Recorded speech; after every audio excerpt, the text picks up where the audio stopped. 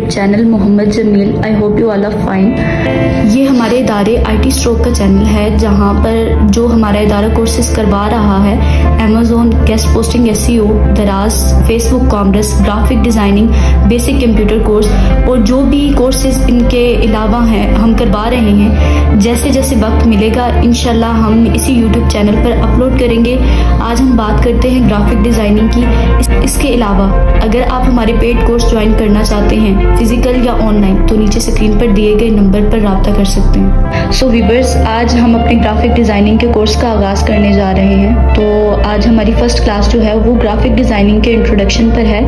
आपको हम बताएंगे कि अगर आप ग्राफिक डिज़ाइनर बनना चाहते हैं तो उसके लिए क्या क्वालिटीज़ आपके अंदर होना चाहिए, ठीक है, और किन फैसिलिटीज़ को आपने एक्सेप्ट करना है और कौन सी चीज़ों को आपने देखकर मद्देनज़र रखकर आपने ग्राफिक डिज़ाइनिंग को स्टार्ट करना है। सो व्यूअर्स, अगर हम ग्राफिक डिज़ाइनिंग के तारुफ की तरफ देखते चले तो सबसे पहले हम थ्योरी को देखेंगे, देन उसके बाद जो सॉफ्टवेयर है उसके बाद हम प्रैक्टिस को देखेंगे। ग्राफिक डिज़ाइनिंग जो है ये ऑनलाइन मार्केट में सबसे ज़्यादा बिकने वाली स्किल है। सबसे पहले मैं अगर आपको थ्योरी का बताती चलूँ तो बेस्ट ग्राफिक डिज़ाइनर बनने के लिए कुछ क्वालिटीज़ आपके अंदर होना बहुत ज़्यादा ज़रूरी है। सबसे पहले जो आपके अंदर क्वालिटी होनी चाहिए वो है पैशंस, काम करने की लगन, यानी पैशन का मतलब जज्बा। आपके अंदर जोश और जज्बा होना चाहिए कि अगर आप कोई काम करने के लिए जा रहे हैं तो क्या आप उस काम में इंटरेस्ट रखते हैं। अगर आपके अंदर इंटरेस्ट है तो इंशाल्लाह आप उसमें लाजमी कामयाब होंगे। और the best graphic designer Oprah Winfrey से, जो बेस्ट ग्राफिक डिज़ाइनर थी बिग अपने उस टाइम में, उन्होंने एक बार कहा कि let the passion drive your profession, यानी अगर आप अपने प्रोफेशन का फैसला अपने शौक की बुनियाद पर करते हैं तो आप एक ना एक दिन ज़रूर कामयाब होंगे। अब यहाँ पर सवाल ये पैदा होता है कि ग्राफिक डिज़ाइनिंग में शौक को बढ़ाने के लिए क्या करना चाहिए। तो सबसे पहले उसके अंदर आपके अंदर क्वालिटीज़ होनी चाहिए और कुछ आपके अंदर टिप्स होनी चाहिए।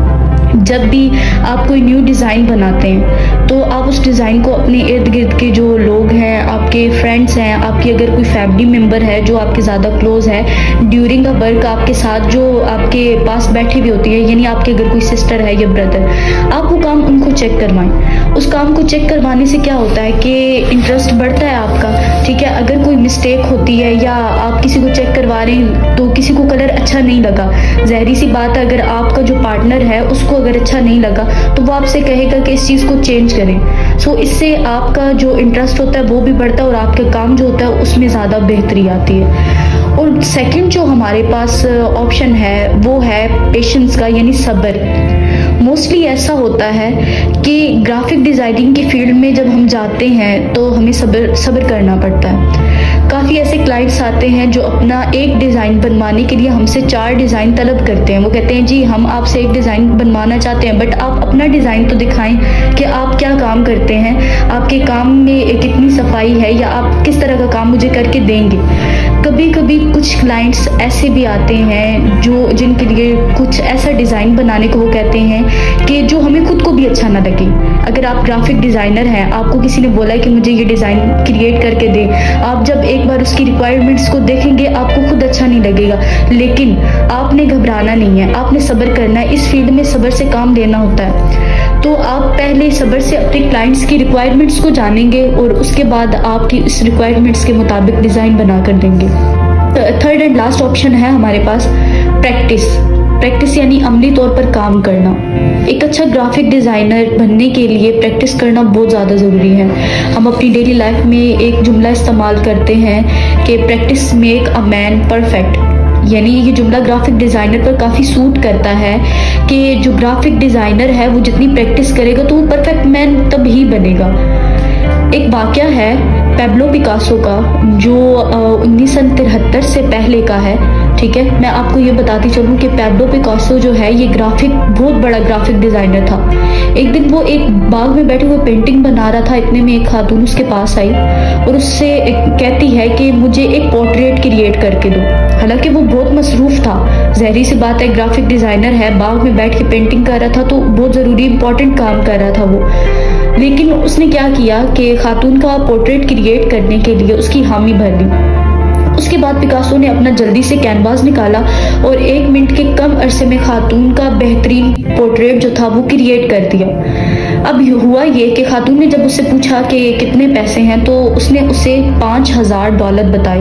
1973 यानी 1973 के अगर टाइम में देखा जाए तो ये बहुत बड़ी अमाउंट है। सिर्फ बड़ी अमाउंट नहीं, बहुत बड़ी अमाउंट है कि $5000, जो कि उस वक्त में एक बहुत बड़ी रकम थी। कि सुनकर खातून ना सिर्फ परेशान हुई बल्कि हैरान भी हुई कि 1 मिनट के कम अरसे में उसने पोर्ट्रेट क्रिएट करके दिया और वो इससे इतने ज़्यादा पैसे मांग रहे। उसकी वजह, जब उसने पिकासो से उसकी वजह दरियाफ्त की तो पिकासो ने उसे जवाब दिया कि मैडम, ये जो महारत मैंने हासिल की है इसको हासिल करने में मेरी पूरी ज़िंदगी लग गई है। कुछ ग्राफिक डिज़ाइनर ऐसे होते हैं कि जो ग्राफिक डिज़ाइनिंग को एक समंदर की मानद ले लेते हैं, यानी वो उसमें चलते जाते हैं। जैसे जैसे वो आगे बढ़ते जाते हैं उनको कुछ ना कुछ मज़ीद मिलता जाता है जो उनके लिए बेहतर होता है। सो व्यूवर्स, आज जो हमने ग्राफिक डिज़ाइनिंग का तारुफ शॉर्ट फॉर्म में देखा कि एज अ ग्राफिक डिज़ाइनर होने के लिए आपको किन किन चीज़ों को फेस करना चाहिए, तो वो हमारे पास थी। एक पैशन थी और उसके बाद हमारे पास थी प्रैक्टिस। इनकी अगर आप एक बेस्ट ग्राफिक डिज़ाइनर बनना चाहते हैं तो ये तीनों चीज़ें आपके अंदर होना बहुत ज़्यादा लाजमी है। अब सवाल ये बनता है कि डिज़ाइन क्या है। Design is a problem solving activity.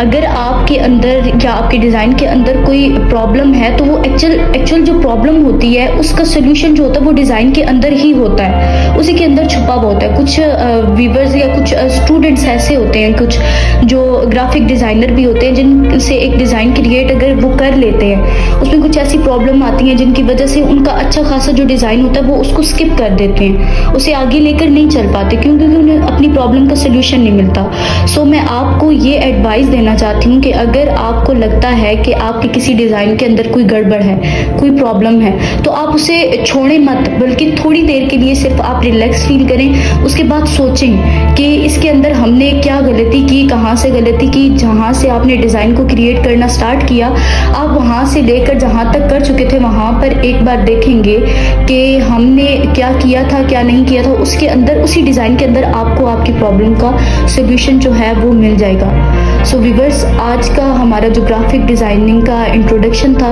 वो हम यहाँ एंड करते हैं और इंशाल्लाह मिलते हैं आपके साथ नेक्स्ट लेक्चर में एक न्यू वीडियो के साथ। एंड आई होप आपको ये सारी बातें समझ आ गई होंगी और आप एक अच्छा ग्राफिक डिज़ाइनर बनने के लिए इस फील्ड को ज़रूर, इस अपॉर्चुनिटी को एक्सेप्ट करेंगे। सो मिलते हैं नेक्स्ट लेक्चर में, तब तक के लिए अपना ख्याल रखिएगा। अल्लाह हाफिज़।